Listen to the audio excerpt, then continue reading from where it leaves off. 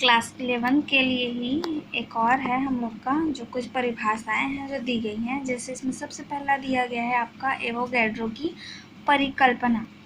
तो डाल्टन सिद्धांत तथा गे-लुसाक नियम से वैज्ञानिक जो है बर्जीलियस, ठीक, कौन वैज्ञानिक? बर्जीलियस ने यह बताया कि किसी गैस के परमाणु की संख्या तथा उसके आयतन में संबंध होना चाहिए। ठीक, क्या क्या? तो किसी भी गैस के परमाणु की संख्या तथा उसके आयतन में क्या होना चाहिए? संबंध होना चाहिए। इस नियम के अनुसार तो ताप तथा दाब की समान परिस्थितियों में गैस के समान आयतन में अणुओं की संख्या क्या होती है? समान होती है। एक बार फिर से, ताप तथा दाब की समान परिस्थितियों में गैसों के समान आयतन में अणुओं की संख्या क्या होती है? समान होती है। ठीक है, इसी को क्या कहेंगे हम लोग? एवोगैड्रो की परिकल्पना। ठीक, उदाहरण के लिए तो जब HCl का एक अणु जब बनता है, ठीक है, एक अणु बनता है ना यहाँ पर, HCl का एक अणु हमको कैसे पता चलेगा? तो HCl के आगे में 2 नहीं दिया है, ठीक है, या फिर और कोई भी संख्या नहीं दिया है। तो कोई भी संख्या नहीं दिया मतलब कि एक अणु है ये। एक अणु का बनाने के लिए हाइड्रोजन के एक अणु का आधा और उसी प्रकार से क्लोरीन के एक अणु का आधा मिला करके हम लोग बनाएंगे। तो कैसे ये हो जाएगा? हम लोग का हाइड्रोजन का अणु है ये। जब ये हाइड्रोजन के नीचे में 2 लगा है मतलब कि ये अणु है। अगर इसके नीचे में कुछ भी नहीं रहता, एक रहता, तो वो क्या रहता? परमाणु रहता है ना। तो हाइड्रोजन के अणु का आधा, उसी प्रकार से क्लोरीन के अणु का आधा मिलकर के क्या बनाएंगे? हम लोग का एक अणु जो है HCl बनाएंगे। ठीक है, उसके बाद मैंने यहाँ पर कुछ नोट लिखा है जो IMP है, जिसमें 1 मोल गैस का आयतन कितना होता है? NTP पर होता है, 22.4 लीटर होता है। ये हम लोग का बहुत ही इंपॉर्टेंट है। 1 नंबर के क्वेश्चन में ये पूछा जाता है, हमेशा ये बार बार पूछा जाता है। इसके बाद नेक्स्ट आता है हम लोग का मोल संकल्पना ना। तो मोल की अवधारणा एवोगैड्रो द्वारा ही दी गई है। ठीक है, जो एवोगैड्रो की परिकल्पना के द्वारा फिर मोल की संकल्पना दी गई।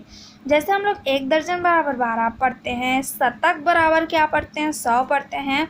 इसी प्रकार परमाणु, अणु तथा आयनों की संख्या को गिनने के लिए रसायनज्ञ जिस इकाई का उपयोग करते हैं उसे क्या कहेंगे हम लोग? मोल कहते हैं। ठीक, जहाँ पर 1 मोल बराबर होता है 6.022 इंटू 10⁻⁻23 कणों का समूह होता है। ठीक, 1 मोल बराबर, ये बहुत ही इंपॉर्टेंट है। 1 नंबर का क्वेश्चन ये भी आ सकता है हम लोग का। ठीक, इसी प्रकार से और देखो, ये जो संख्या है ना 6.022 इंटू 10⁻⁻23 को ही एवोगैड्रो संख्या या एवोगैड्रो स्थिरांक भी कहते हैं, और इसको हम लोग दर्शाते हैं Na से। ठीक है, Na उसका सिंबल रहेगा। उदाहरण के लिए देखना, जैसे कि 1 मोल हाइड्रोजन परमाणु, यहाँ पर क्या बोला है? परमाणु, इसीलिए यहाँ पर हाइड्रोजन को केवल एक ही करके लिखा गया है। तो 1 मोल हाइड्रोजन परमाणु की संख्या को हम कैसे दर्शाएंगे? तो 6.022 इंटू 10⁻23 परमाणु लिखेंगे। अगर परमाणु में पूछा जाता है तो हमको उत्तर भी किस में देना पड़ता है? परमाणु में ही देना पड़ता है। उसी प्रकार से फिर से देखो, 1 मोल H2O अणु, ठीक, या फिर 18 ग्राम। तो ये 18 ग्राम क्यों कहा गया इसको मैं आगे बताऊंगी। ठीक है, 1 मोल H2O अणु की अगर संख्या ज्ञात करेंगे एवोगैड्रो में तो ये क्या हो जाएगा? 6.022 इंटू 10⁻23 अणु। ठीक, 1 मोल को हम लोग ऐसे ही दर्शाएंगे। अभी अब 18 ग्राम कैसे आया? तो H2O का फॉर्मूला क्या होता है? जल का फॉर्मूला क्या होता है? H2O। ये जो 2 है वो उसके परमाणु की संख्या है। ठीक, 2 परमाणु की संख्या गुणित करके लिखा है। फिर जो 1 है वो उसका परमाणु द्रव्यमान है। क्या है उसका? परमाणु द्रव्यमान। और प्लस के बाद क्या है? ऑक्सीजन। ऑक्सीजन का परमाणु द्रव्यमान कितना होता है?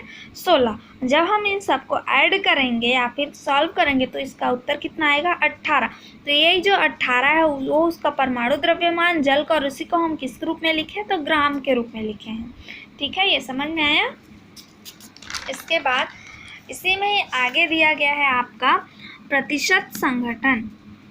ठीक, प्रतिशत संगठन किसे कहते हैं, इससे रिलेटेड आपका क्वेश्चन भी पूछा जाता है। तो देखो, किसी यौगिक का प्रतिशत संगठन से अर्थ है भारानुसार या द्रव्यमान के अनुसार उस यौगिक के स्वभाग में उसके अवयवी तत्वों के कितने कितने भाग उपस्थित हैं। मतलब उसके अवयवी तत्व, मतलब वो जो यौगिक है वो कौन कौन तत्वों से मिलकर के बना है, उसके कितने कितने भाग उपस्थित है, इसी को क्या कहेंगे हम लोग, प्रतिशत संगठन कहेंगे।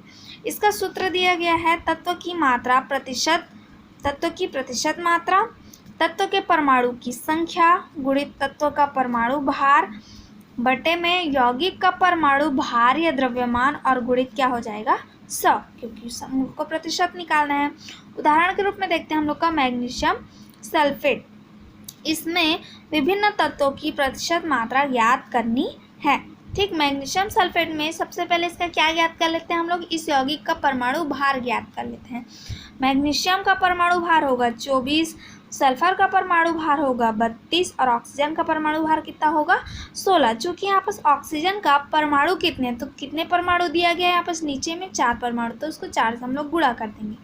ठीक है, तो देखो यहाँ पर मैग्नीशियम सल्फेट का magnesium plus sulphur plus oxygen, तो मैग्नीशियम का 24 प्लस सल्फर का 32 प्लस ऑक्सीजन का 16 और ये गुणित 4। ठीक है, अब इसको सॉल्व करने पर हम लोग का उत्तर कितना आएगा 120। इसमें सबसे पहले मैग्नीशियम की प्रतिशत मात्रा निकालेंगे, तो ये कितना हो जाएगा हम लोग का, मैग्नीशियम की प्रतिशत मात्रा में मैग्नीशियम का परमाणु, मतलब ये जो सूत्र था हम लोग का तत्व के परमाणु संख्या, यहाँ पर मैग्नीशियम तत्व का परमाणु संख्या कितना है, तो इसमें कितना है, केवल 1 है, तो उसको 1 गुणित 24। अब ये 24 क्या था, तो तत्व का परमाणु भार, मैग्नीशियम का परमाणु भार कितना था 24 था, बटे में 120। अब ये जो 120 है वो यौगिक का परमाणु भार था या द्रव्यमान था, तो पूरा यौगिक का परमाणु भार द्रव्यमान कितना है 120 आया, तो उसी 120 को लिखेंगे और गुणित में करके क्या लिखेंगे 100। तो इस सब को हल करने पर हम लोग का उत्तर कितना आएगा 20%। उसी प्रकार से सल्फर, तो सल्फर की भी प्रतिशत मात्रा, सल्फर की मात्रा कितनी है 1 गुणित उसका द्रव्यमान कितना, मतलब परमाणु द्रव्यमान तो 32 बटे 120 और गुणित ये हो जाएगा 100 बराबर कितना होगा 26.67%। ऑक्सीजन की प्रतिशत मात्रा, तो अब यहाँ पर ऑक्सीजन का परमाणु कितना, तो ऑक्सीजन का परमाणु कितना है 4 है, गुणित ये कितना हो जाएगा हम लोग का 16, क्योंकि इसका परमाणु क्रमांक परमाणु द्रव्यमान कितना होता है 16 बटे 120 और गुणित ये कितना हो जाएगा हम लोग का 100। इसको हल करेंगे तो ये आएगा हम लोग का 53.33%। इसी प्रकार से और भी प्रश्न दिए गए हैं, उदाहरण में आप हल कीजिए और नहीं बनाएगा तो फिर आप कमेंट करके बताइए।